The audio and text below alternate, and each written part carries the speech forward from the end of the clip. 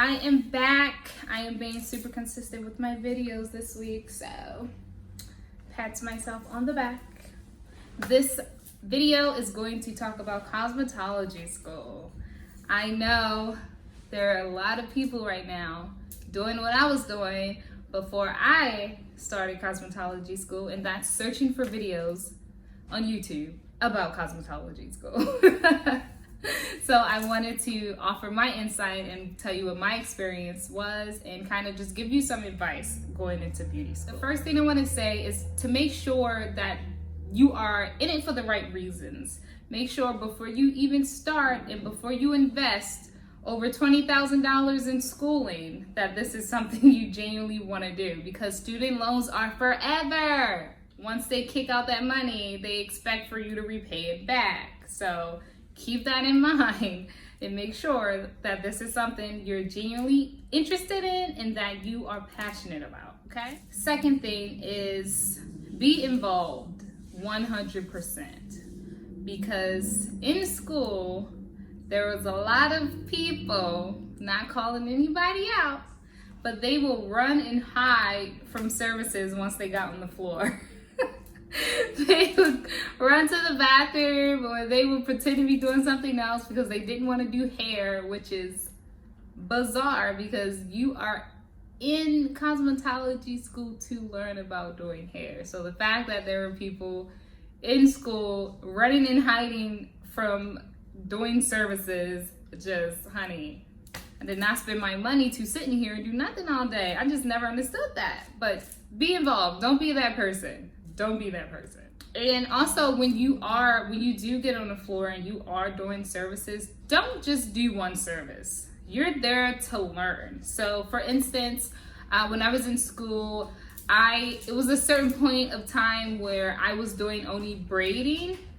And I was like, I already know braids. I come here to learn. I don't come here to do the same thing over and over and over and over. So I had to tell them, and you can be vocal, like, hey, I'm done. I'm all braided out. These fingers are done. I need to be doing more color, or like focus more on something you need to practice more of, if that makes sense. Don't keep studying what you already know.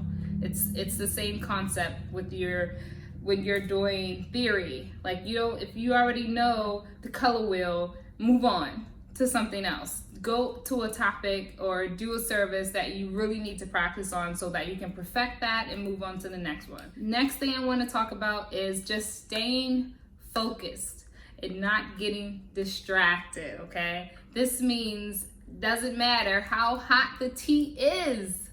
Do not sip the tea. Do not be in the drama, okay? Take a step back. It's fun. I get it. I know. I was eavesdropping on some tea when I was in school too. Like, what? Who did what? Don't be actively involved in the drama, okay? It is a distraction and it's gonna take you away from what you really need to focus on, okay? So don't be all up in the tea. Don't be starting no drama. Focus on your craft, making sure you're strengthening yourself in theory and practical. And just being in a salon setting, making sure that you are participating in cleaning up the color bar, making sure you are learning all the products, because product knowledge, all of these things reflect what it's like in an actual salon. You have to know your products. You have to know how to formulate your colors. You have to know how to clean your station. You're going to have someone you don't like working next to you. That is real life. You have to learn how to deal with that. You have to learn how to navigate through that and ignore them and focus on your client and what's in front of you. You will have to clean up behind yourself like an adult. So leaving your hair after a haircut all over the floor and just blowing it away with a blow dryer is not it. That's not it. You cannot do that. You will have to learn how to formulate your own color. I know in school sometimes we get comfortable allowing the teachers to give us, tell us what you should or shouldn't do, but you need to grasp that concept yourself. So stop using the teachers as crutches and actually break down the formulation and figure it out for yourself, and then confirm it with the teacher. That's the best way to do it. Create a formula, confirm it with the teacher, or have them go over it with you. Like, okay, I decided I wanted to do this. what do you think? And then they'll give you your feedback.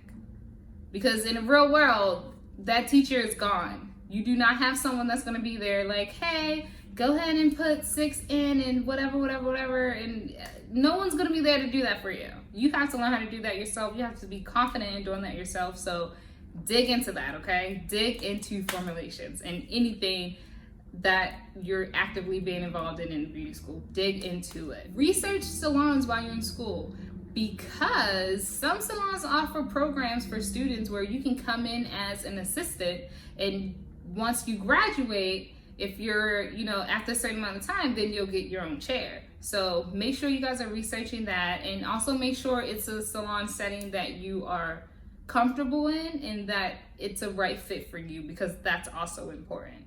I think that's it for this video. All I have to say, if you guys have any questions or any other topics you want me to touch on, leave them in the comments, reach out to me via Instagram. And that's it for this video, so okay, bye.